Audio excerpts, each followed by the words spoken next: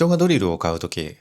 実はドリルそのものではなく穴を買っているそうです。じゃあ僕たちがデスクを通して買っているものって一体何だと思います？効率ですかね？それとも生産性？きっとそういうものじゃないんですよね。僕たちがデスクを通して買っているものは喜びです。自分のテンションがいかに上がるか、そしていかに心が震えるか、それが全てです。デスクで過ごす自分が最高に気持ちよくなれば、効率や生産性なんてものは無限になるんです。だからきっと素晴らしい仕事ができるようになる。というわけで久しぶりのデスクツアーでございます。可能な限り黒で統一した黒好きのための黒いデスク、黒祭りです。僕と同じく黒が好きな方、ぜひ最後までご覧ください。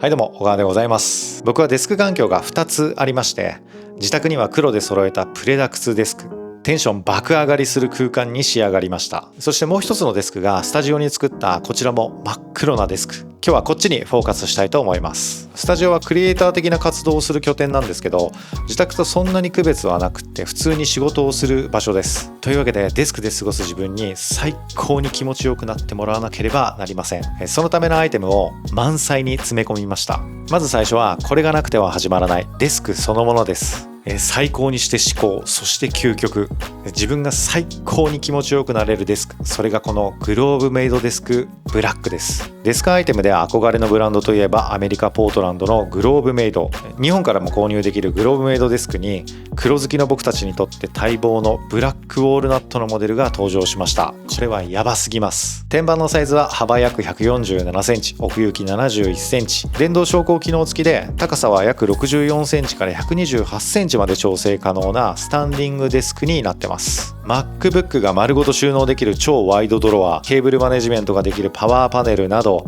他にない機能が満載になってます。そして見てください、このブラック。リノリウムや化粧板ではなく木材なのに黒い天板って見たことありますか？これなんと塗装に墨汁が使われているんです。グローブメイドのウェブサイトにはこのデスクが作られるまでのプロセスが公開されてるんですけど、6年間の設計作業があったとか、スタンディングデスクの収納内問題を解決したかったとか、ケーブルの問題をどのように解決するかとか。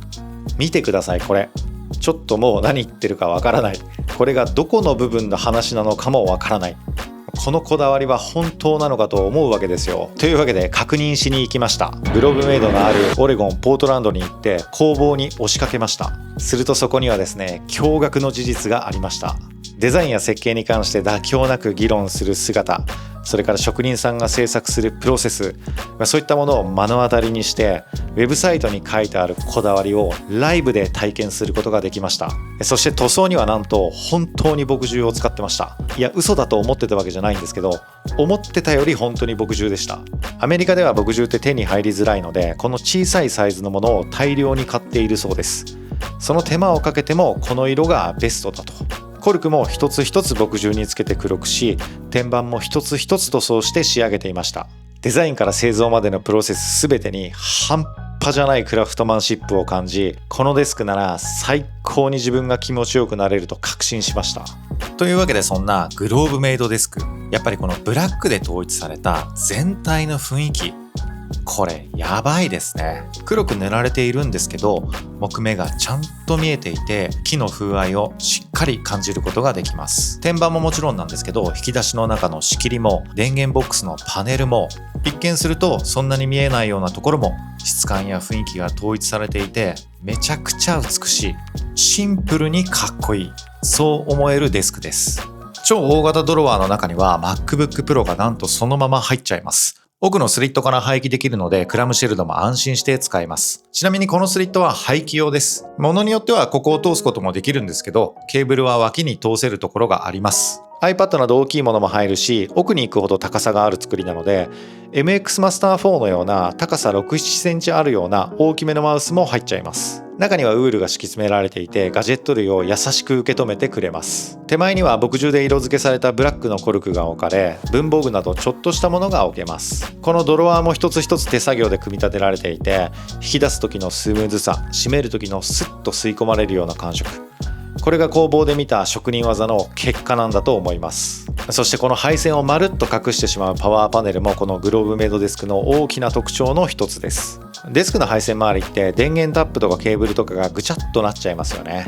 でそれが丸見えになっちゃう。でもこのデスクは上下にスライドするパネルがあって、その煩雑な配線周りをスッと隠せます。見た目はすっきりアクセスしたいときは前からパネルを開けるだけ。天板の中央にはケーブルを通せる細いスリットもあって、配線類をここからデスクの上に持ってくることができます。電源タップが付属してくるんですけど、ケーブルが太くて硬くて正直ちょっと扱いづらいので、僕は別のものに変えてます。この配線ボックスは金属になっているので、マグネットがついた電源タップに変えるといい感じです。僕はずっとこう言い続けてきましたが、やっぱりケーブル整理はカチッと決めすぎないのが一番です。変えられなくなるので、ぐちゃぐちゃでも隠せばいいんです。隠せばこれが最強です。ケーブル整理もデスクでの体験の一部です。煩雑になりがちなところなんですけど、そこが後付けではなくって最初から解決されているっていうのがこのデスクのユニークなところです。そしてこのデスクは電動昇降足とセットで届きます。高さは64センチから128センチまで。立ち作業とかデスクの下に入って整理に活用できるのはもちろんなんですけど、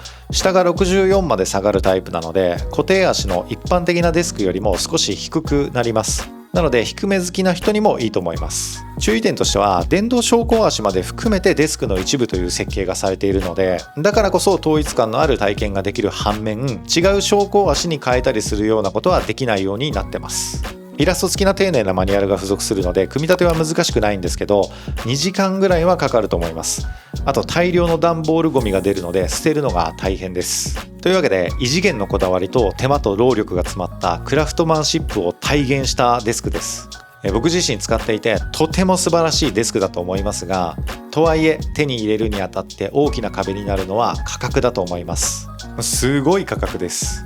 なのでもちろんあらゆる人にお勧めできるとは思ってません。ただ最初にも言った通り、デスクを通して買っているものは機能だけではないと僕は思います。ブランド感とか所有欲とか憧れとか、そういった情緒的な価値を含めて買いたいと思える人はグローブメイドデスクぜひチェックしてみてください。ブラックマジでかっこいいです。というわけで、このデスクでの体験をさらに上げる黒アイテムを紹介していきます。じゃあまず椅子です。椅子はこれビトラのフィジックスを使ってます。僕的にはグローブメイドデスクにはいわゆるスタンダードオフィスチェアのハイバックな感じとか、あるいはメカメカしい感じのものよりデザイン性が高くって座り心地がいいものを選びたかったんですよね。フィジックスは2本のフレームにメッシュがハンモックのように張った構造になっていて、背面と座面が一体になってるんです。なのでパーツが少なくって構造がシンプルだからメカメカしい感じがしないんですよね。この見た目めちゃくちゃ良くないですか？もちろんね、見た目だけじゃなくってオフィスチェアとして腰の部分のカーブなどのサポート性はしっかり考慮されてます。ハンモック状のメッシュが体のラインに柔らかく沿いながらも適度な反発で腰を支えてくれるので、長時間座っても疲れにくい。高機能オフィスチェアに比べると調整できるところは正直少ないんですよね。ただそれでもさすがビトラの定番オフィスチェアですよ。見た目も含めて非常に素晴らしいものだなと思います。黒で統一されているので、このデスクに完璧に溶け込んでいるのも気に入ってます。そしてメインマシンは M4Max MacBook Pro です。128GB という冗談みたいなメモリを積んでます。グローブメイドデスクの超大型ドロワーに収納してクラムシェルで使ってます。僕はブラウザ多重起動ジャンキーなんですけど、 M4Max とメモリ 128GB のパワーがあれば動画編集しながら異常な数のブラウザを起動しても何のストレスもなく仕事をこなせます。そしてモニターはイノくん 40C1U です。40インチのウルトラワイドで 5K2K 解像度、サイズ的にかなり大きいのでデスクでの存在感すごいんですけど、広大な領域という意味ではやはり 5K2K は魅力的です。エリアを3分割して使うのに最適な解像度なんですよね。何かを見ながら何かするという作業が非常にしやすいです。このモニターは背面まで真っ黒なので見た目もすっきりしているところもポイント高いです。ベゼルの下のロゴはマステで隠してます。あとモニターアームを使っているかと思いきや、これ標準のスタンドをそのまま置いてデスクシェルフで隠してます。だいたいクーポン出ていたり割引されていたりするので、その時に買えば約10万円ちょっとぐらいで買えます。安くはないんですけどライバル機種倍ぐらいするんで、そういう意味では超コスパ 5K2K です。このモニターの上に乗っているのがオパール C1、オーパル C1、ちょっとわかんないんですけど、ウェブカメラです。 4K のソニーセンサーを搭載していて、映像のクオリティが高くって専用アプリでボケや色味をカスタマイズできるという高性能なウェブカメラです。映像もそうなんですけど、アルミ削り出しのボディで質感が高く、全体的なデザインがめちゃくちゃ美しいです。以前は使ってない時でも謎に発熱して心配になってメンタルがやられるっていう課題があったんですけど、いつの間にか改善されていたみたいで、今何の問題もなく使えてます。これ$300ぐらいするのでちょっと高いんですけど、見た目も含めた全体のクオリティはウェブカメラ界最強だと思ってます。デスクシェルフはグローブメイドデスクシェルフブラックボールナットのやつです。デスクと同じ墨汁で染められた木材で、見た目の統一感が最高です。ラージ、ミディアム、スモールの3つの専用デスクトレイを使って SSD とかちょっとした小物系みたいなものがここに収納できます。デスクの引き出しと合わせてとんでもない量を収納することができるので、物が多い僕でもすっきりとデスクを使えます。あとデスクシェルフのいいところは、有線系のデバイスから伸びたケーブルを隠せるところ。グローブメイドといえばデスクシェルフみたいなところあるじゃないですか。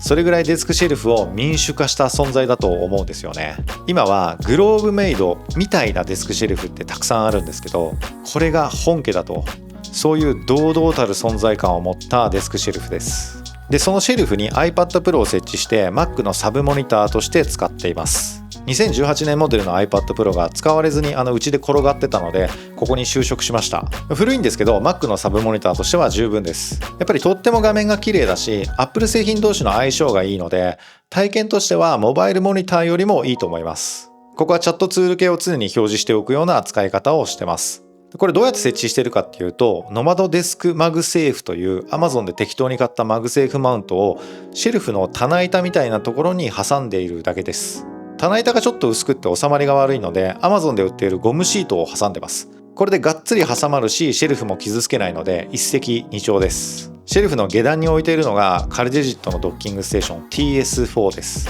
これが MacBook Pro を含めたこのデスク上のあらゆるデバイスをつないでます。定番のドッキングステーションなので深くは語らないんですけど、ドッキングステーションはもうカルデジットですよ。もうそれでゴールです。 TS5 プラスっていう新型も持ってるんですけど、それは自宅で使ってます。なぜ新しい方を使わないのかというと、サンダーボルト5の長めのケーブルにまだあんまり選択肢がないのと、L 字コネクターのサンダーボルト5対応版っていうのもまだ少ないんですよね。っていうかないんですよね。このデスクではそういった L 字コネクタとか対応したかったので、手に入りやすいサンダーボルト4対応の TS4 を使ってるという感じです。で TS4 だけだとサンダーボルトポートが足りないので、サンダーボルトを増設できるハブをつなげてます。これも TS4 と同じくカルデジットのエレメント5ハブです。サンダーボルトを3つ増設することができます。やっぱり有線接続すると安定するので、サブモニターの iPad Pro もサンダーボルトで接続してます。あとシェルフ下に何も接続されてないケーブルが横たわってるんですけど、これは外部 SSD をつなげるためのケーブルです。これもサンダーボルトから伸ばしてます。サンダーボルト対応のケースと SSD を組み合わせると爆速になるので、動画編集に活躍します。シェルフの上に置いてあるのがアンカーナノチャージングステーションです。これ巻き取り式の USB-C ケーブルが2本内蔵されているので、使いたい時はさっと引き出して使い終わったらケーブルが収納できるので、すっきり使えます。デスクでは何かと充電したいものが多いので一つあると便利です。でディスプレイもついているので、電力使用状況が確認できるのもいいところかなと思います。ただこれ後ろに AC ついてるんですけど、このデバイスは AC まで使ってこそのものかなって思いますね。USB-C が2本出てるだけでこのサイズ感になっちゃうとちょっとでかいなっていう、僕が悪いんですけど、この置き方だとAC 塞いじゃって使えないし、とはいえここで AC を使いたいものもないし、だからね、この使い方だとちょっとこれ大きいなみたいな、宝の持ち腐れ感があるなと思ってます。その隣にあるのがワールドガジェッツの AirPods ワイヤレスチャージャーです。 AirPods あるいはここにうまく乗るサイズのものだけが充電できるという恐ろしくシンプルなワイヤレス充電器です。会議などで AirPods はよく使うので、手の届く位置で常に充電しておくという目的を完璧に達成してくれて、かつ見た目もいいので気に入ってます。でこれもシェルフ上に置いてある iPhone 用の充電器、グローブメイドのマグセーフスタンドです。もちろんブラックです。僕がグローブメイドアイテムの中でもトップ3に入るくらい好きなのがこれなんです。なんで好きなのか全く言語化できないんですけど、この存在感、佇まいがドストライクなんです。純正のマグセーフ充電器を使えるので安心だし、付け外しの使い勝手も良くって最高のマグセーフスタンドです。次はデスクマットです。木目が美しいデスクなんで、できれば全面を見せて使いたいところなんですけど、硬いものをたくさん置くのでやっぱりデスクマットは置いておきたいということで、グロムメイドの定番アイテムであるメリノウールのデスクマット、サイズはミディアムプラスのものを使ってます。このグロムメイドのデスクマットは柔らかさが格別で手触りが素晴らしいです。ミディアムプラスはデスクの手元周辺を広くカバーするので、その辺に iPhone とか適当に置いても傷つかないし、デスクもデバイスも傷を気にせず使えます。キーボードは Apple 純正のマジックキーボードです。Mac を使っているとなんだかんだ言ってこれに戻ってくるんですよね。タッチ ID も使えるし。点キーはね正直いらないんですけど、ブラックはね点キー付きしかないので仕方なく使ってます。キーボードは結構ローテーションしていて、最近だとミステルの MD600α っていう分割キーボードをよく使ってます。これワイヤレスなのとアリス配列でキーがちょっと斜めに配置されているのがいいところです。分割キーボードはね肩こりを軽減するとよく言われるんですけど、正直それちょっとよくわかんないんですけど、左右の位置を自由に調整できるので体勢が固まらないっていうのが体的にはいいかなと思います。あと実は最近打つよりも話すってことが多くなってます。スーパーウィスパーという Mac 専用の AI 搭載の文字起こしアプリケーションを使ってるんですけど、ショートカットで呼び出して話したものが入力されるんですよ。これがめちゃくちゃ楽で、肩こりうんぬんみたいな話だと分割がどうとかではなくって、そもそも打たない、これがね一番効いてるなと思います。で、仕事してるとキーボードに手を置いていることさえ嫌になってふんぞり返りたくなることあるじゃないですか。疲れて、そんな時でも作業は止めたくないんですよ。そういう時にこれです。イービンのミニキーボードです。これ片手で持てるぐらい小さいワイヤレスキーボードなんですけど、タッチパッドもついてるんですよ。だからふんぞり返りながらでも操作できます。もちろん文字も打てるんですけど、さすがに長文はこれだと辛いんです。でも喋って文字起こししたものを修正するぐらいならできなくないんですよ。スーパーウィスパーで喋って文字起こししつつ、ちょっとした修正やショートカット操作はこれでやる。価格も4000円ぐらいなんで、それでこの体に優しい横着デスクワークスタイルが手に入ります。長時間デスクワーカーにはこれめちゃくちゃおすすめしたいです。そして Apple 純正のマジックトラックパッド。なんでトラックパッドなのかっていうと、 MacBook を単体で使うことも多いので、やはりトラックパッドに慣れているから使っているっていう感じです。ただこれもやっぱりキーボードと一緒で結構ローテーションすることが多くって、最近だと MX マスター4がめちゃいいですね。アクションズリングというランチャーを呼び出せるのと、あと触覚フィードバックっていう機能があって、この指先部分が震えるんですけど、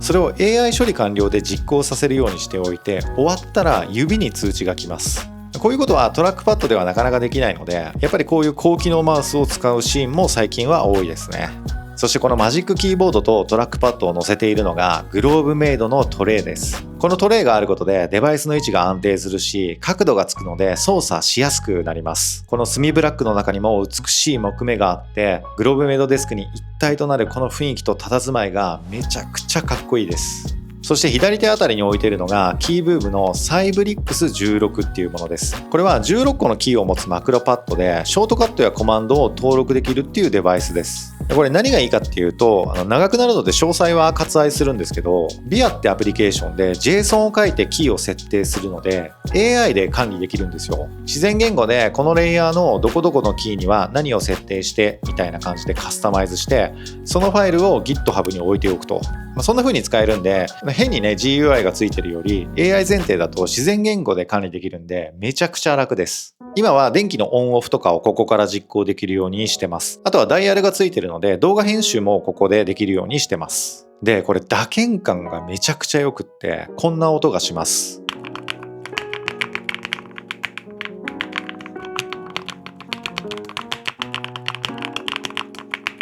キーキャップは真っ黒のものに自分で変えたんですけど、もちろんねそういったカスタマイズもできるようになってます。これ似たようなもの他にもあるんですけど、前面のパネルがなんかプラっぽくなってるものが多いんですよね。その点このキーブームのサイブリックスはちょっと重いんですけど、全部がアルミで高級感がすごいんです。グローブメイドデスクにもめっちゃよく合います。クオリティ的には圧倒的にこれだなと思ったので、14,000円ぐらいとちょっと高いんですけど、機能と見た目的にめちゃくちゃ満足してます。そしてデスクの右側にはグローブメイドのノートセットを置いて使ってます。バーチカルオーガナイザー、ノートパッド、デスクペンと、もちろん全部ブラックです。紙のメモはささっと記録するにはやっぱり便利なので、動きのあるメモを取りたい時なんかに使ってます。バーチカルオーガナイザーはノートやメモを立てて収納できるので、一旦終わったんだけど捨てたくはないみたいな、そういったものをここに貯めておくことができます。さすがね、グローブメイドアイテムです。佇まいがめちゃくちゃいいですね。そしてこのデスク脇のフェイクグリーンとか、あとはハサミ、カッターなどの小物を入れているのがグローブメイドのプランターのブラックバージョンです。これは今のところ非売品になります。グローブメイド創業者のケンさんが来日した時に、そんなに黒が欲しいなら作ってあげるよと言ってくれて、本当に作ってくれたという夢のような展開で手に入れたものです。やっぱりね、この木目と佇まい、そしてこの雰囲気が最高にかっこいい。壊したくないのでね、本当はしまっておきたいくらいなんですけど、せっかく作ってくれたので使い倒そうと思ってます。そしてデスクライトはヤマダ照明の Z ライト、クラシックなデザインの Z00N です。Z ライトには数々のモデルがあって、もう半世紀以上も存在するデスクライトなので、性能的には申し分ないんですけど、この Z00N はデザインがいいですね。シェードの形もレトロでかっこいいし、全体的にクラシカルな雰囲気でグローブメイドデスクに最高にマッチしてます。クランプ式で小スペースに使えるのもいいところかなと思います。で、実はですね、デスク唯一のアームがこれなんです。僕は以前からデスクにアームは最大2本まで、できれば1本という縛りを作ってるんですけど、その理由っていうのが、アームが複数になるとデスクからこうニョキニョキ生えているような感じっていうのがあんまり個人的には好みじゃなくってですね、ただスペースを考えるとね、デスクライトはクランプ式がいいので、その代わり他のアームは使わず、モニターもスタンドで我慢してマイクはデスクの外に置くみたいな感じにしてます。次、スピーカーです。モニターにねスピーカーついてるんですけど、あんまりいけてないんで、外部スピーカーとしてジェネレックの G1 を使ってます。ジェネレックのスピーカーなので言わずもがなというか、僕なんかが何かを語るのはおこがましいぐらいのもう名作です。自宅ではこれの一回り大きいモデルを使っていて、フラットで自然な音にとても満足しているので、このデスクでもジェネレックを使っています。この G1 はコンパクトでデスクに置くにもちょうどいいサイズ感です。アルミの筐体で質感も良くって、見た目もシンプルでかっこいいんですよね。主張しすぎることもなく、でも存在感はあるっていう絶妙なバランスで、音も含めてめちゃくちゃ気に入ってます。そしてデスク横にデスク周りで使うちょっとしたものを置いているので、サクッと紹介します。まずこのフォトのエアクリーナー、これちょっと高いんですけど、めちゃくちゃいいのでおすすめです。わけわからんぐらいの風量で、この手のものでは僕が試した限りでは最強の風量です。ちなみに僕これ2つ持ってます。これ以上だとマキタのブロワーとか洗車用のやつとかそういうのになると思います。それはね、さすがに大げさなので、実用的な範囲ではこれがベストかなと思います。見た目も良くって、その辺に転がってても周りの雰囲気を損なわないのがいいところです。デスクはね、やたらホコリがたまるんで、これで一瞬で吹き飛ばして、あとは掃除機かけて終わりって感じで掃除してます。あと山崎実業のディスペンサーにアルカリ電解水を入れてここに置いてます。ダスター的なものに数プッシュして、それで拭けばあらゆるガジェットが一瞬で綺麗になります。手でよく触るようなものには酸性の汚れがつくので、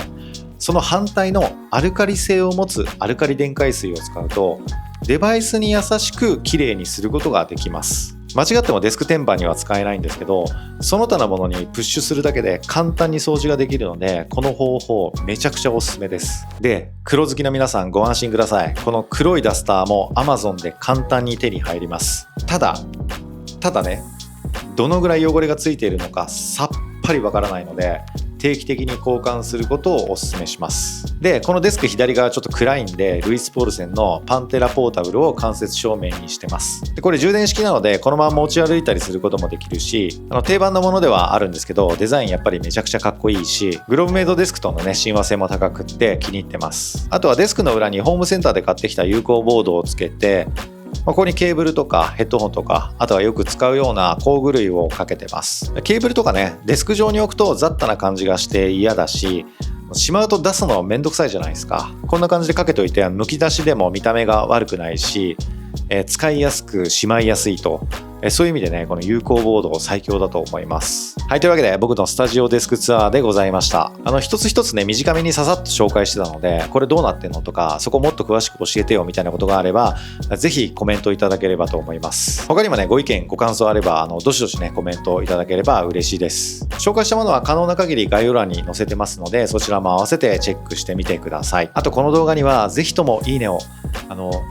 お願いします。はい、というわけで今日の動画は以上になります。こんな感じでね、デスク周りとか、Apple 製品とか、その周辺機器とか、そういったものについて発信しておりますので、もしよかったらチャンネル登録お願いします。それではまた次回の動画でお会いしましょう。最後までご視聴ありがとうございました。あれ、ちゃんと全部言ったのかな？